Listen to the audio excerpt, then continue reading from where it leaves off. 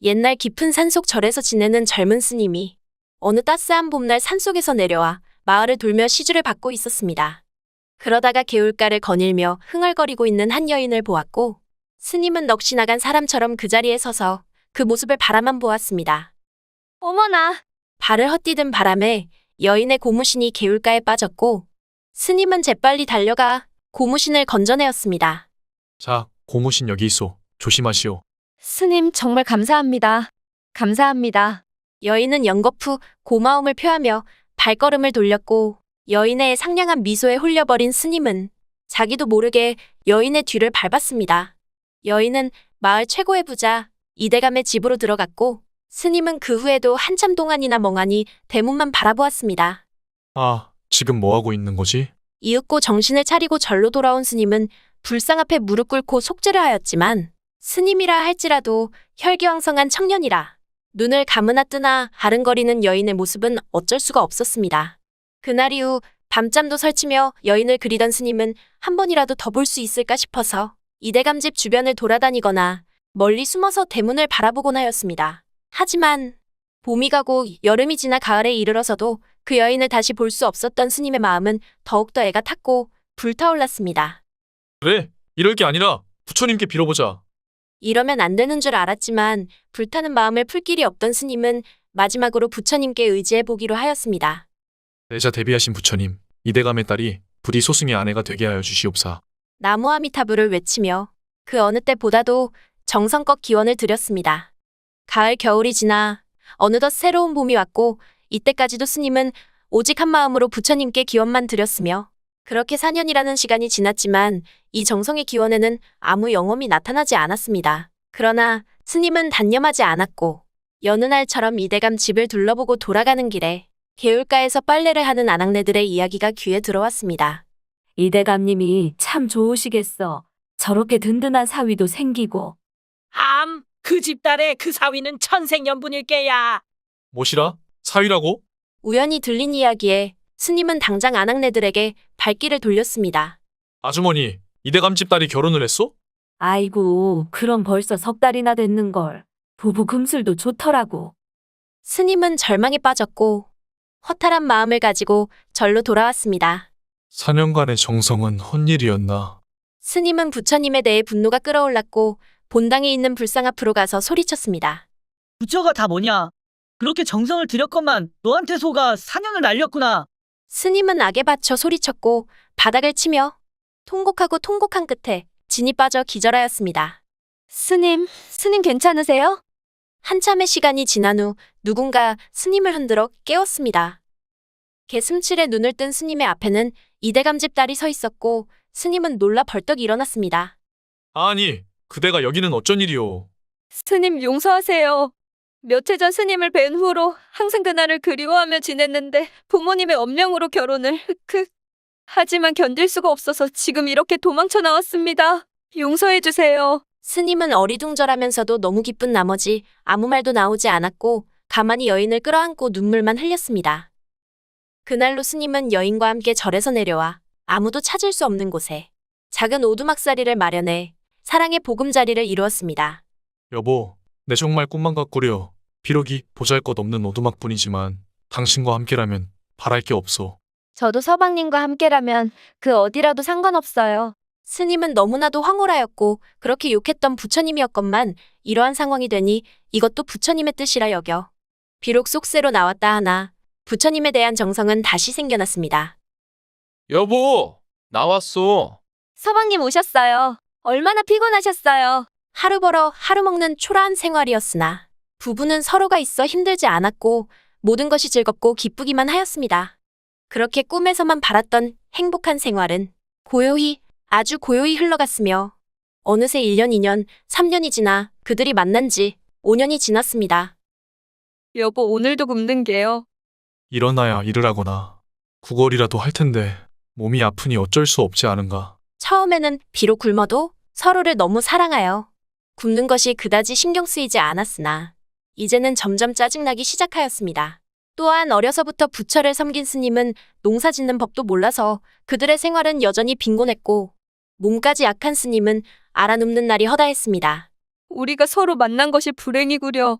당신은 절에서 부처님을 섬기고 나는 그냥 부모님 말 잘 듣고 결혼 생활 잘할 걸. 무슨 바람에 뛰쳐나와서. 아내는 이런 넋두리가 잦아졌고 스님 역시 그런 아내에 대한 불만이 늘어갔습니다. 그러는 동안 그들의 나이는 흰머리가 희끗희끗 보이는 늙은 부부가 되었고 그 사이에 자식도 5명이나 생겼습니다. 단 2 식구일 때도 생계가 힘든 그들이었는데 자식들까지 생기니 2, 3일씩 굶는 일은 허다했고 부부 내외는 하루 종일 먹을 것 구하러 다니는 것만 신경 쓰다 보니 서로 이야기다운 이야기를 해본 지가 벌써 수년이 되었습니다.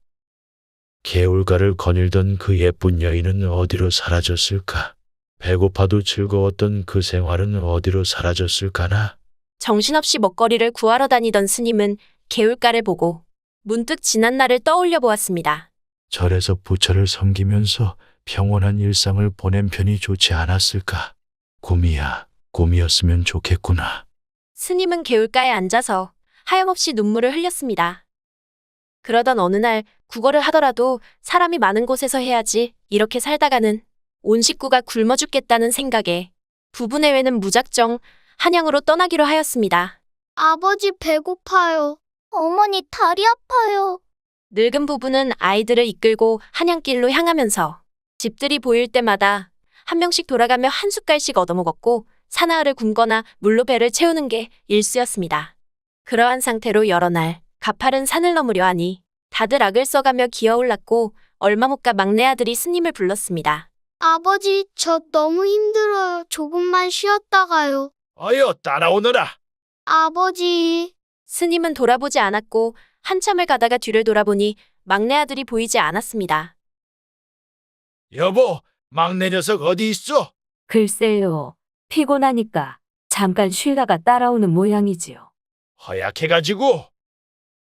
중얼중얼 욕하면서 오던 길을 되돌아가던 스님은 아까 쉬어가자던 자리에서 엎어져 있는 막내 아들을 보았습니다.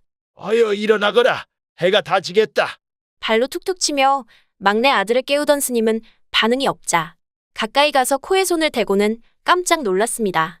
아이고 이 녀석아. 정신 차려라. 밥 가져왔다. 이건 먹고 얼른 일어나 보거라. 아들의 눈은 떠지질 않았고 스님은 울면서 소리쳤으며 뒤따라 내려와 그 광경을 보던 아내도 하염없이 눈물만 흘렸습니다. 굶어 죽었구려. 굶어 죽긴 오늘 아침에 냉수를 2대접이나 먹었는데. 땅을 파며 대답하는 스님의 마음을 잘 알고 있는 아내 역시 옆에서 같이 땅을 파며 아들을 묻어주었습니다. 죽은 사람은 죽은 사람이고 산 사람은 살아야지.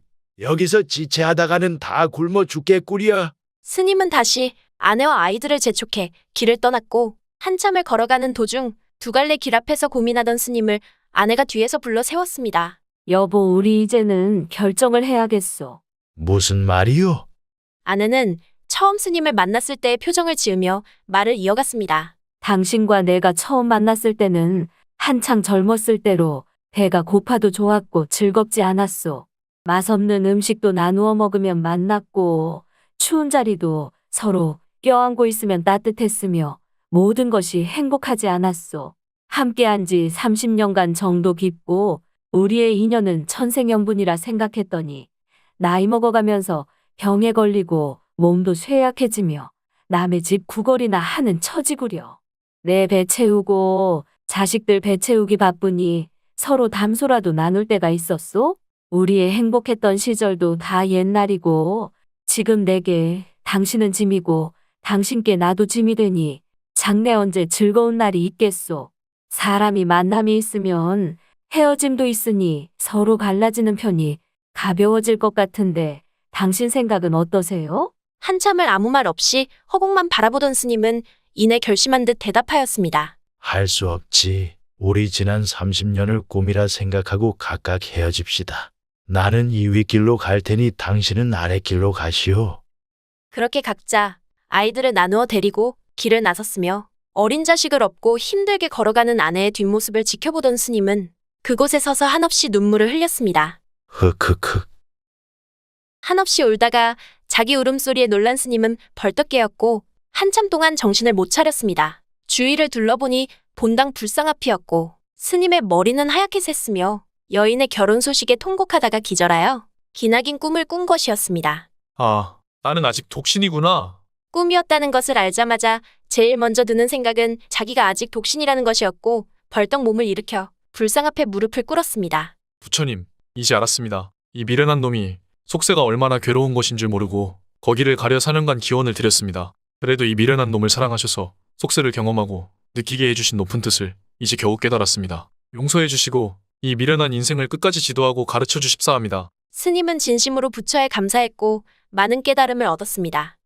그리고 다음 날 꿈에서 막내 아들 묻은 자리를 찾아가 파보니 돌미르기 하나 나왔고 절로 가지고 와 정성껏 모시며 선행을 베풀고 살았습니다.